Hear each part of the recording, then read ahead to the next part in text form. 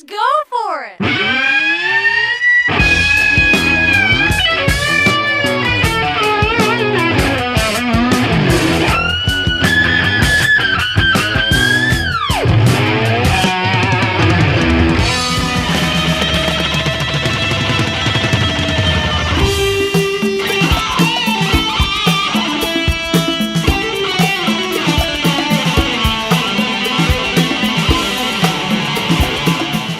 Everybody, it's me, your buddy Dave, the host here at The Dark Stuff. Thanks a lot for checking out my newest video. I know it's been a while since I have had a video out there, but I did mention last time that it was possibly going to be getting sporadic, and so in this case, I'm sticking to that.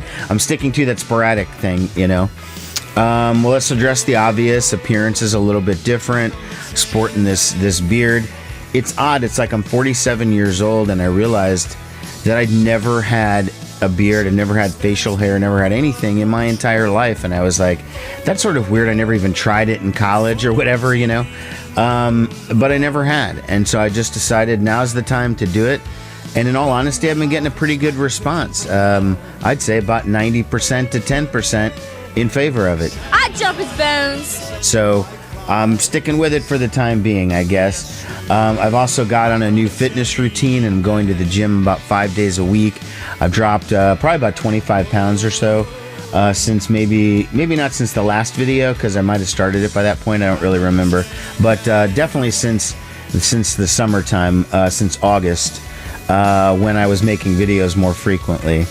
So for today, I just figured, like, I'm going to check in with a couple of records that have been really doing it for me. Originally, I was going to just focus on two bands from Omaha, and I'm still going to feature them, but then I got a couple other things that have come out since then that I figure I might as well address. So I'm not going to go through a ton of stuff. I've been spinning. I haven't been picking up a lot of stuff. This is just going to be new releases, semi-new, because now by the time, you know, this is November when I'm recording this, and some of these I picked up or were given to me as early as September, perhaps. So, you know, whatever. Let's get to it, okay? Keep moving on till your everything. Who knows when you're lost? Okay, so the first record I got today is the new one from the David Nance group. It's called Pieced and Slightly Pulverized. It's on the Trouble in Mind label. Now, as you know, if you've been watching this channel, I've been talking about David Nance for years. I've covered his last 2 or 3 records, and this one continues in this long line of just greatness. By the way, mine's on purple vinyl. Pretty cool. Continues in this long line of albums that he's been making, where he's slowly getting, I mean, they're getting better each record, but I guess the word I'm trying to say, I was almost going to say accessible, and like that's not the word that I'm really going for, but basically what I think these guys are doing, especially on this record, the group, is really sort of channeling Neil Young and Crazy Horse from the 70s. It's very much along those lines. It's very, very well-written songs, great singer. The band has this sort of loose, noisy, sometimes chaotic vibe, but often they can kind of rein it in and get, you know, lock in on the song, and then other times it's just Freak Out City.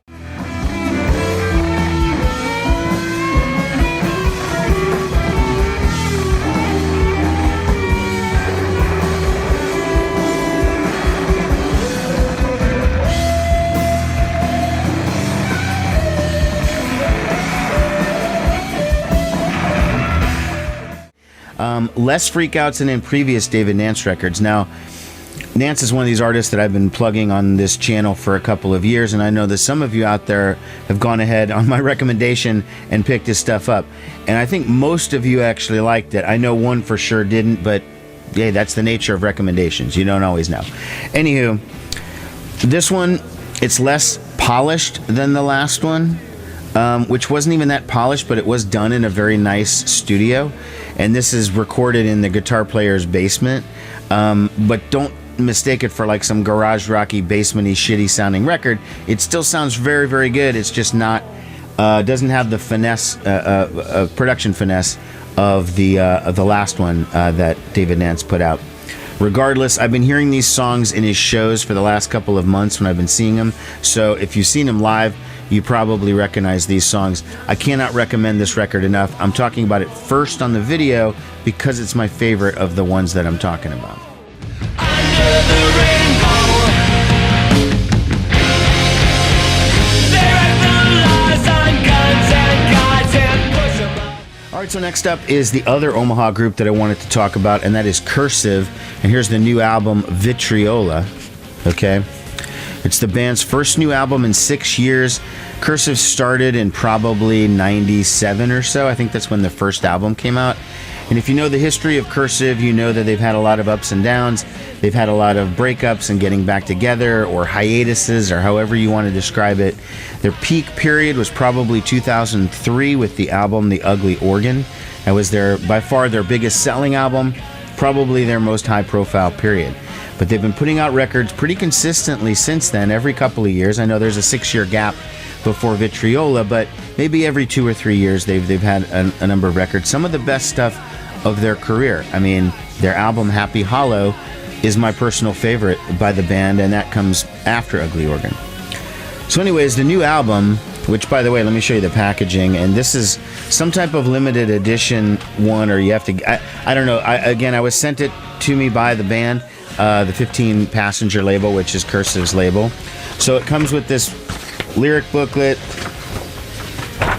Okay, 2-page booklet. It's nice. The record itself, my copy, is really cool. It's on this like green and black and yellow sort of splatter kind of vinyl. Really excellent. My story told was an aging man, just another human organism. You know, one thing that's pretty consistent with Cursive's music, going back most of their career, is their albums are sort of thematic. Now, it's not necessarily a concept album, although they did do a concept album a couple years ago. Their last album was a concept album. Very confusing, very hard to follow. Anyway, side note. But they usually have a theme. You know, this one's about this one's about, you know, breakups, or this one's about organized religion, or this one's about this. And it's not overt, and they don't tell you that. You sort of have to read between the lines and kind of understand what he's talking about, what Tim Kasher is talking about. That's the leader of the band, the writer. And in this case, he was feeling all of the, you know, with what's going on in American society. I can only speak for America. I can't talk for other countries, but how negative it's really been here. And there's all this anger and vitriol and just hatred just spewing out of people at seemingly at all times. And it's become very hard to deal with. And it was for him, apparently. All this anger and everything gave him ulcers, okay? Like literally gave him an ulcer. And decided to expel all of this anger in the form of songs that Vitriol turned into the album Vitriola. And it is just this cathartic, like, get it all out of my system so we can get past it, and maybe things will get better if I just get all of this shit out right now. And that's the way the album feels. It's like a fucking roller coaster. It's just spitting out all this greatness. The band is super tight. They're back with their original drummer. They have a cello on some of the songs, which they haven't done since The Ugly Organ, so it gives it a bit of a nostalgic feel, but it's certainly not a ripoff of Ugly Organ. It just, again, hints of that period. All I know is there's a new spark back with interest in Cursive. People are checking them out for the first time in a long time that haven't been there every year, you know. They're playing here in town, their hometown, tomorrow night, well, the day after I film this, and I'm still on the fence if I'm going to go. I've seen them a million times, and I want to go in this case because Camp Dogs is opening, but I don't know. Part of my new regime in my life is that I can't always just go out every night. I do have to kind of keep it together. I got to worry about my health and stuff. But anyways, that's neither here nor there. Let's move on to the next record. Put me in a teacher's little denim skirt, ruler and desk, so I can... Okay, so the next one is, of course, the new St. Vincent, and yeah, Vinyl Transmission, you did call it. I'm going to be doing a discussion on the album. I'm not going to go whole hog like I did with the last St. Vincent record and do a full-on, like, 20-minute review. especially because these are sort of the same songs as on the last album, and allow me to explain here. So the collection is called Mass Education, and it is in a sense a reworking of St. Vincent's album Mass Seduction, which came out in 2017. I will link to my pre-existing review of the album above me or below me or wherever, I don't know. Yeah, you can below me. Oh, I'm feeling kind of frisky, are you? Ooh. I'm always feeling frisky. Yeah, me too. Anyways, I will put a link to it. Spoiler alert, I liked the album. I liked every track. This discussion of Annie Clark selling out is ridiculous and overblown. I liked every track but one, I should say, and that's going to come up later in what we're discussing. So now we're here a year later, and Annie has released a new version of the album. Now, these are just piano versions, basically. It's someone else playing the piano and her singing, and it's just a real focus on her voice. The songs are all the same, but they're in a different running order. So in this case, it opens with Slow Disco. That's one of the songs that closes the album. Smoking Section closes the album, and here it's track like 4 or 5. Like an inland ocean, too big to be a lake, too small to be an attraction. If you already liked the album before, I think you'll appreciate these new versions. If you maybe were a St. Vincent fan that didn't so much appreciate Mass Seduction, and there were some out there, maybe this is a way to appreciate the material. It certainly strips away all of the production, which is what was some of the controversial part of the Mass Seduction album. Look, I said in that review that I really hated the song Sugar Boy, that I love the album, but Sugar Boy is terrible. It's the only first St. Vincent song I've never liked. I kind of like it on Mass Education when it's done in this way, when it's kind of slowed down and when it's piano and it's just focusing on Annie's voice and it's not this like disco whatever, like I feel like I'm at Studio 54 or something. It was actually ended up being a lot better. Now the I didn't get the vinyl because it didn't seem like the packaging was all that impressive, but it does come with a note from Annie, dearest, you know, and then she signs it Love AC, which is sort of explaining the origins of the making of the album. Now, I said on my radio show that, you know, I don't know this for a fact, okay, but oftentimes when an artist releases another version of an album that they just put out, the demos or an alternate take, or in this case, piano versions or whatever, and you do it within like a year or so of the release of your last album, you may be making a statement. And maybe the statement you're making is that you don't think the album presented the songs the way that you had really wanted them presented, and now it's been out there and you just want people to know the way that they maybe should have been presented. Now, I don't know if that's what's going on with Mass Education or not. It could be. Like I said, I liked Mass Seduction, but I could also see maybe her sliding this in and saying, look, if you didn't like that last one, okay, look, this is where I'm still at. I mean, I'm still the same St. Vincent, the same Annie Clark that you've known all along. And again, maybe I'm just putting that on her. I'm projecting or something. I don't know. But that could be it too. You got to wonder. I mean, artists have done that. Against Me's done it. PJ Harvey's done it. Whatever. Where they're like, the album comes out and then like a year later they release the demos, and it's sort of saying the demos are better. Much comfort and so much hope.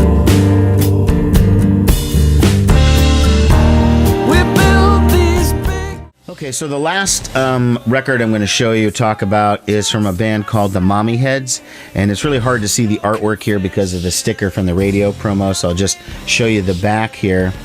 Now, the Mommy Heads are, you're probably like, who the hell are the Mommy Heads? And I've never heard of them. What a stupid name. You're correct on the stupid name part, but in terms of not having heard of them, they have been around since the late 80s. They've always been kind of an obscure band, but they did achieve major label status at one point in their career. So the Mommy Heads, I've been a fan since probably 93 or 94 when I first encountered them, and they'd already been going for a couple of years. I heard their very early stuff, which they started off as a very acoustic-y, quirky indie pop band. Definitely not for everybody, but good stuff nonetheless. And I would say that would be sort of like this period, maybe the Coming Into Beauty album. I have one other one, although on vinyl, and I could not find it. It's not filed correctly, and that's just pet peeve when somehow a record gets misfiled and I don't know where it is. But anyways, this is from 1992 on the Simple Machines label.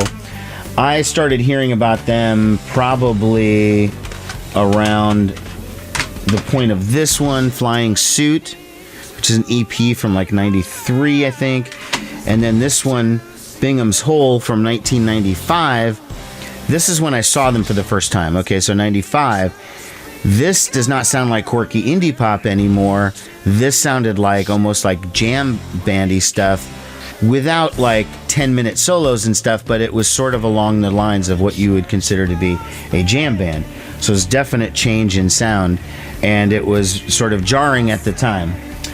So, but I learned to love the sound. There are some really amazing songs on there, great lyrics. The singer, Adam Cohen, or Adam Elk as he goes by sometimes, is really excellent, and the band is really brilliant musicians, so it's good. They ultimately did, like I said, made it to the DGC label, and in 1997 released this album. It was produced by Don Was, who's worked with like the Rolling Stones and like all these major people.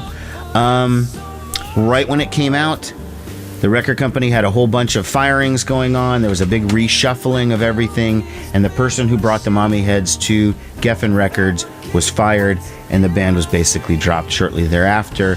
They broke up. Fast forward about 10 years, they've slowly been easing their way back in. They've had a couple of records here. Here's one of them. I don't have everything, I don't think, but the new one is called Soundtrack to the World's End. Now, they've had so many different styles, okay, the quirky indie pop, the jammy sort of period, the more mainstream Don Was sort of period, and now you get to this record 20 years after their Don Was thing, and I would say that this album is a solid mix of, you know, Flying Suit era kind of quirky pop, along with the Don Was stuff, and on some cases a little harder edge on certain songs. In fact, they recommended for the radio that I play this song, First Baby Born of Cosmic Rage, which is the last song on the record. And I'm like, I played it and I was like, okay, it's alright, it's a little heavy, but it didn't sound like the Mommy Heads. And then when I actually went back and reviewed the record and I listened to it from the beginning, I was like, well, this sounds like the Mommy Heads. Okay, it's more, again, Flying Suit with a little bit of this version. Now, again, to most of you, that's like going right over your head because you don't know this band. Maybe you can find the stuff online somehow. Maybe you can find it in a used bin. Maybe you can find it in a cutout bin, whatever. But it's worth checking out, in my opinion. Also, Adam Cohen, under the name Adam Elk, has done some recording, some solo stuff. It's pretty good. Sounds like the Mommy Heads to me. But anyways, this is brand new stuff. They only tour in Europe, it seems. They don't really give any love back to the States, but of course the States never gave them any love in their original era either, so I think that's kind of why they stick to it. All right, everybody, thanks for watching. Take care.